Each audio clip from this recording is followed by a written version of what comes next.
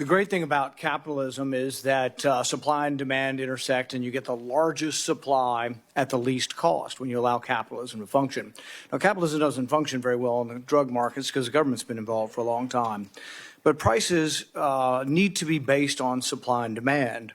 A publicly traded company to promise to base their prices on bullying from a politician would actually be in breach of their fiduciary duty. I mean, it's actually illegal to say, oh, I'm going to make all the prices go down in my company, but it would also be irrational because if you did and there were no profit margin, the companies would be gone and they would no longer exist. Mr. Riggs, if a patient has a copay of $50, would the rational decision be then to choose Lispro over Humalog? In the case where they were buying one unit, yes, they pay $25, not $50. Right.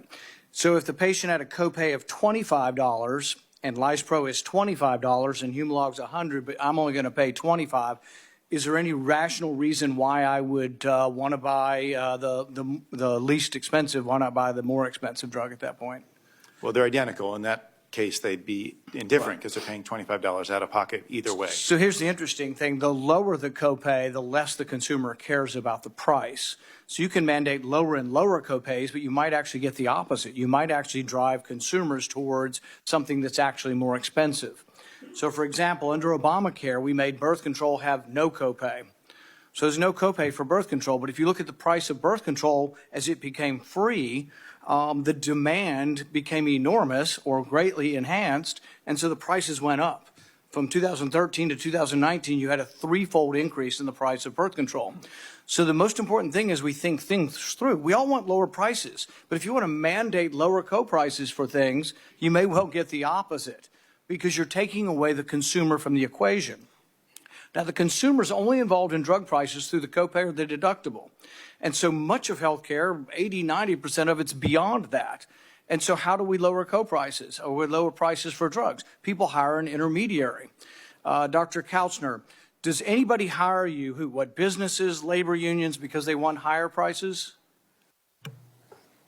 Absolutely not, Senator. If you didn't provide lower prices, would they hire either another PBM or do it on their own?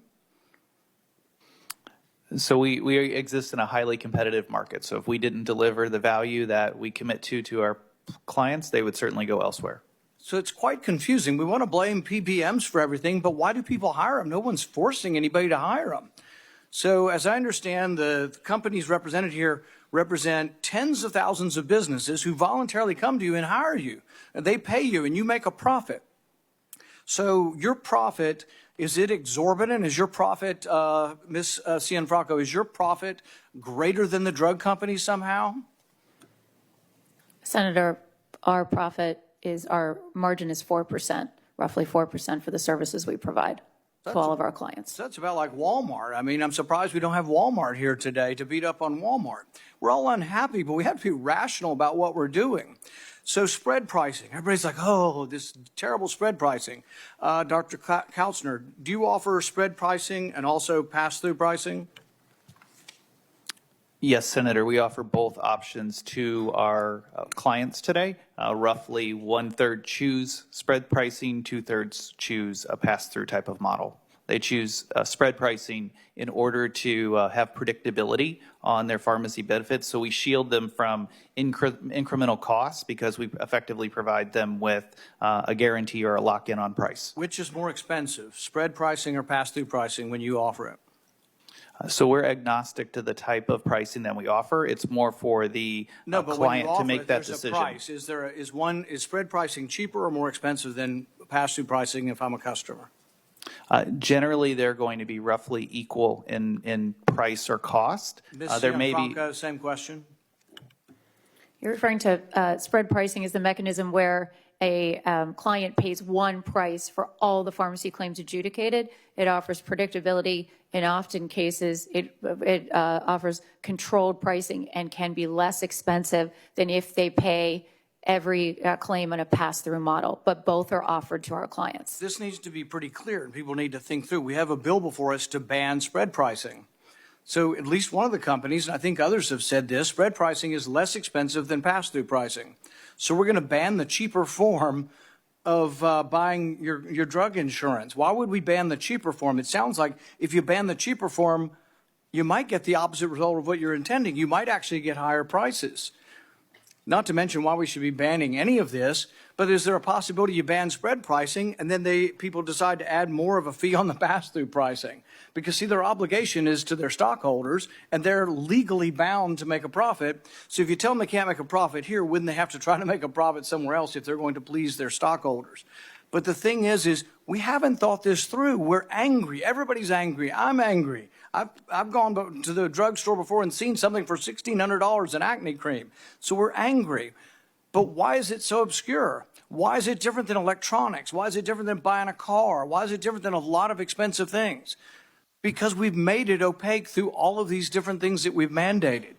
In the 1930s, we passed antitrust law, the Robinson-Patman Act, and we made it illegal to pass through discounts based on volume.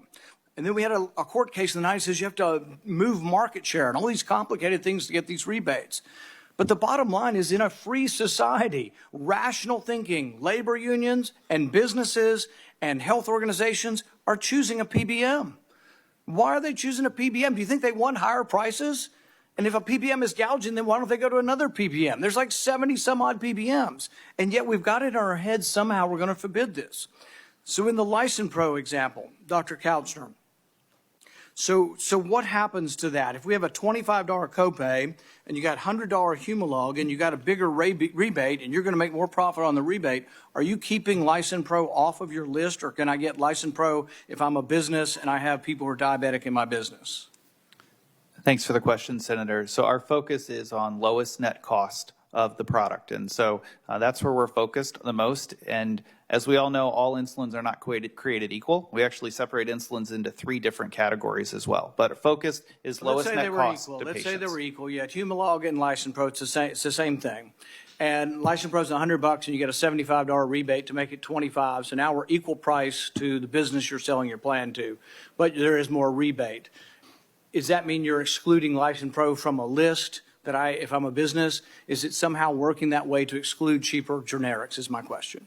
Our focus is on where lowest net cost is available for products. I think there is a possibility, and I think that might be one complaint. There is a possibility of this. However, here's the rub.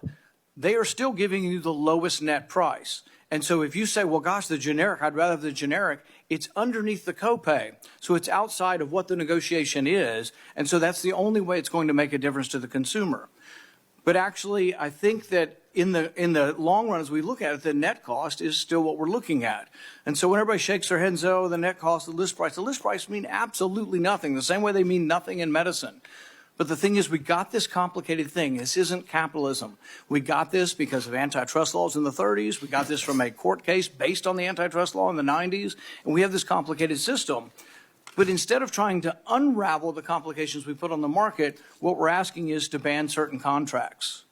So I think what you're going to have in the end is you're going to have the unintended consequences of doing something, trying to make things better, and actually make the situation worse.